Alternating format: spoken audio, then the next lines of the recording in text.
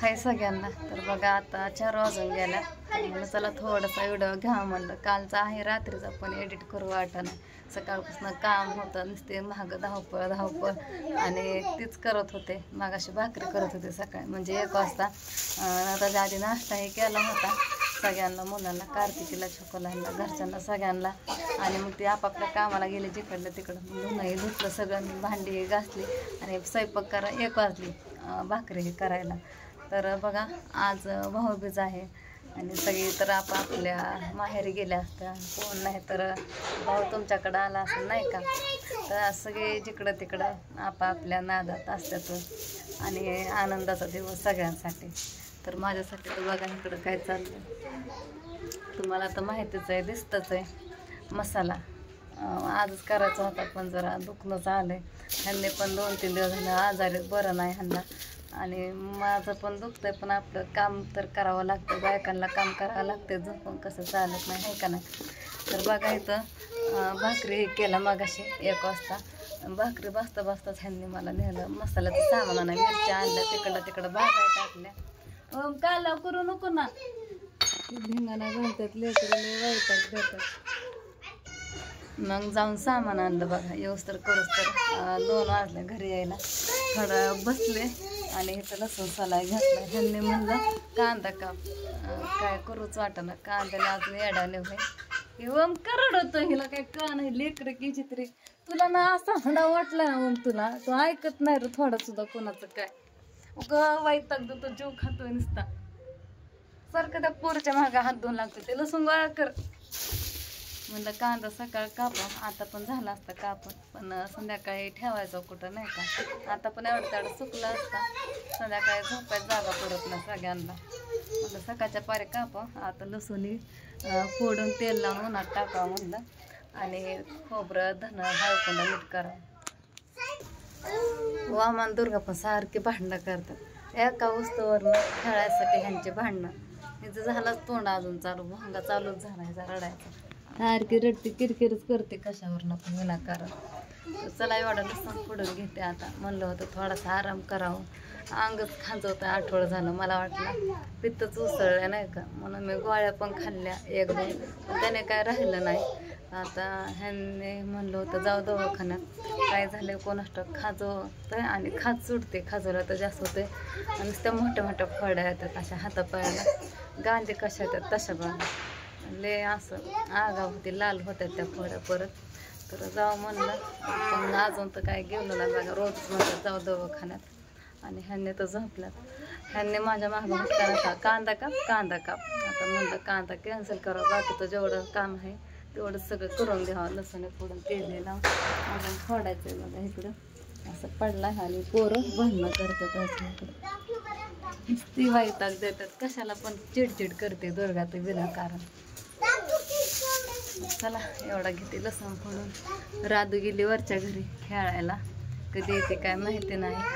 आणि हळकून पण फोडायचं आहे अजून. कार्तिकी ही सगळेजण त्यांचं काम आहे ते तिकडे गेलं. तर थोडंसं दुपारनं येतो म्हणलं होतं जेवायला पण अजून काय आले नाहीत. फोन पण केला होता म्हणलं येतो संध्याकाळी डायरेक्ट. आता स्वयंपाक हे करून ठेवला आहे भरपूर. सकाळच्या पहिले 10 वाजताच गेल्यात बघा ते पण चौघं. तर आता हे लसूण ह्याच्या पाकळ्या करायच्या लसणाच्या.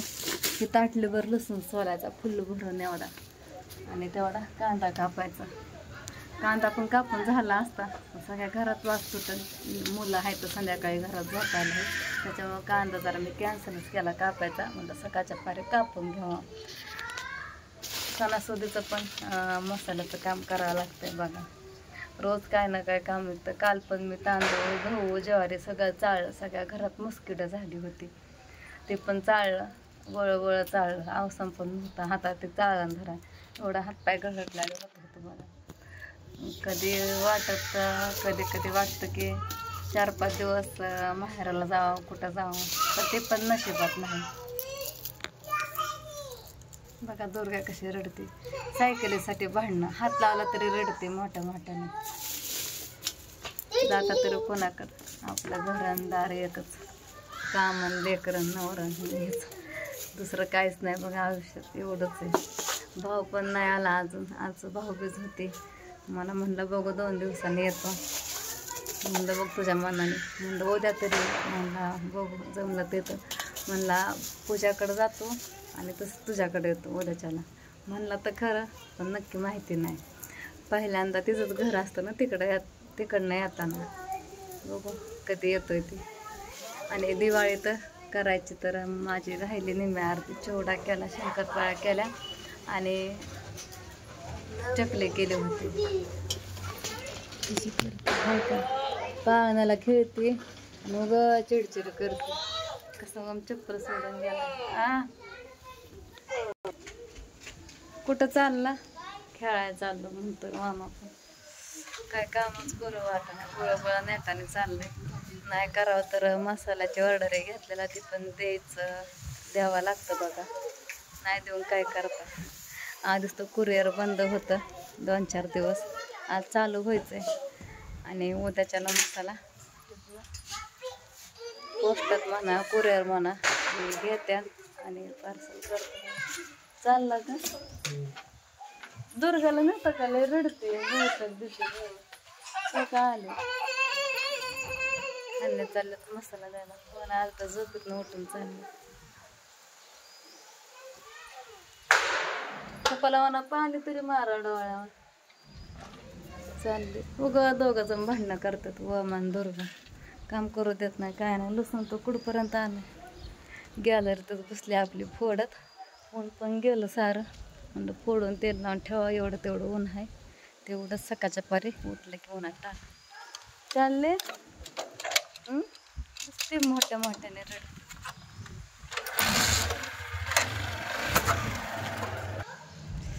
काल इकडं दोरे बांधली होती बघा. कपडे वाळायला टाका. भरपूर कपडे असतात. मी अर्धे वाळलेले कपडे मी घरात नेली आणि ती खाली पडायला लागली होती. आता पण अजून वाळलेली होती तेवढी वाळल्या ती पण खाली पडायला लागली. आला सरसकट कपडेच काढून नेते घरात. मामा कपडे पडले की खाली. तुम्हाला तर मी म्हणलं 4 वाजले. आता बसायच्या आधी 4 वाजले होते. आता तर 5 वाजले. 4:45 वाजल्यात बघा. 5 वाजत आलंच तर एवढं करूच तर 6 6:30 तरी वाजतात. लसूण फळाय पण बराच वेळ जातो. खोबरं चिरायचं, हळकुंडे धनही नीट करायचं. सगळं नीटनाटकं करून परत पिशवीत भरायचं. ती ज्वारी पण तिथंच ठेवली. गहू पण तिथंच ठेवायला चाळून. काय होतंय काय सुधरा नाही बघा. आणि इथं बघा सामान आणून ठेवलंय. तुम्हाला म्हणलं होतं मसाल्याचं सामान आणलं आणि मगाशी ते सामान ते पण नीटनाटकं करून ठेवायचं. आता सगळं आहे बघा त्यात. चला मी घेते लसूण फोडून आणि त्याला तेल लावते. ते लसणाचं पण लय कुटाणा असतं. त्याला फोडायचं परत त्याचा पाकडायचं, त्याला पाला काढायचा, अजून एक कुडी सुट्टी करायची, नंतर तेल लावायचं, नंतर उन्हात टाकायचं. उन्हात टाकलं तरी एवढा तेवढा सोलायला सोपा पडतो. म्हणजे ते पाकळ्या मनानेच मोकळ्या होत्यात. कडक होतं लसूण त्याच्यामुळं. थोडा आदळ असलं उपटला ना तिथेच घालून म्हणजे होतं सगळं ढिल्लं होतं. सारा असा निघतो बघा. फोडताना ह्यात काय काय कुठं निघलं तर ह्यांनी तर गेलात मसाला घेऊन रेल्वे स्टेशनला. बारामतीमध्ये एक जणांनी मसाला मागितला ते घेऊन गेलात बघा. चला इथं तेवढं एंड करते.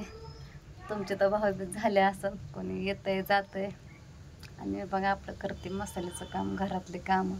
थोडं पण बसायला भेटत नाही मला तर एवढं तेवढं सुद्धा.